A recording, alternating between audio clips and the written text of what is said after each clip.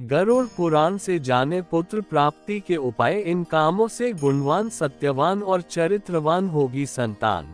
गरुड़ पुराण के 15वें अध्याय में संतान प्राप्ति के उपायों के बारे में बताया गया है। साथ ही इसमें बताया गया कि किन कामों से संतान में गुणवान, चरित्रवान और सत्यवान का गुण होता है।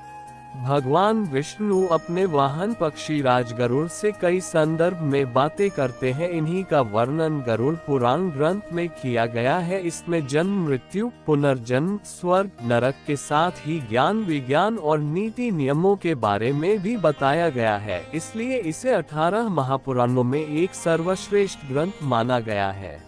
उत्तम संतान के प्राप्ति की इच्छा हर दंपति को होती है, क्योंकि संतान अगर उत्तम हो तो इससे समाज में मान सम्मान की वृद्धि होती है। गरुड़ पुराण के 15वें अध्याय में पक्षीराज गरुड़ ने भगवान विष्णु से इसी विषय में प्रश्न करते हैं। गरुड़ के इस सवाल का जवाब देते हुए भगवान बोले, ये प्रश्न बहुत उत्तम है और हर व्यक्ति को इसका ज्ञान जरूर होना चाहिए।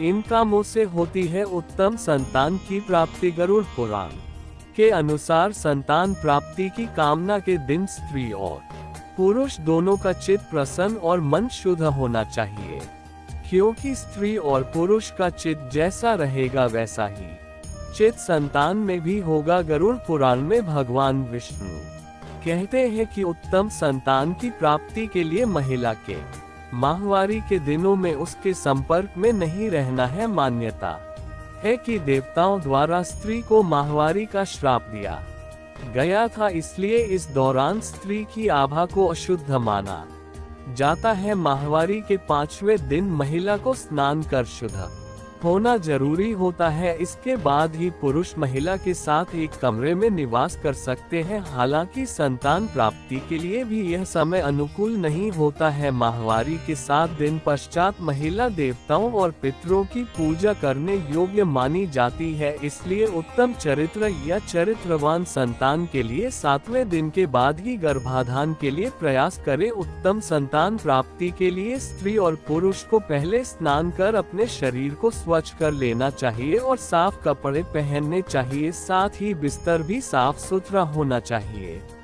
गरुड़ पुराण के अनुसार पुत्र प्राप्ति के उपाय। मान्यता है कि सम दिनों में गर्भाधान से पुत्र और विषम दिनों में गर्भाधान से पुत्री की प्राप्ति होती है। गरुड़ पुराण के अनुसार पुत्र रत्न की प्राप्ति के लिए महिला के मासिक धर्म समाप्त होने के 8वें, 10वें, 12वें, 14वें और 16वें दिन यानी सम दिनों के मिलन से पुत्र प्राप्ति की संभावना अधिक होती है। वहीं पुत्री प्राप्ति के लिए मासिक धर्म के विषम दिन जैसे 9वां, 11वां, 13वां, 15वां और 17वां दिन बताए गए हैं, लेकिन मासिक धर्म के 18वें दिन बाद के मिलन से संतान प्राप्ति की संभावना बहुत कम होती है।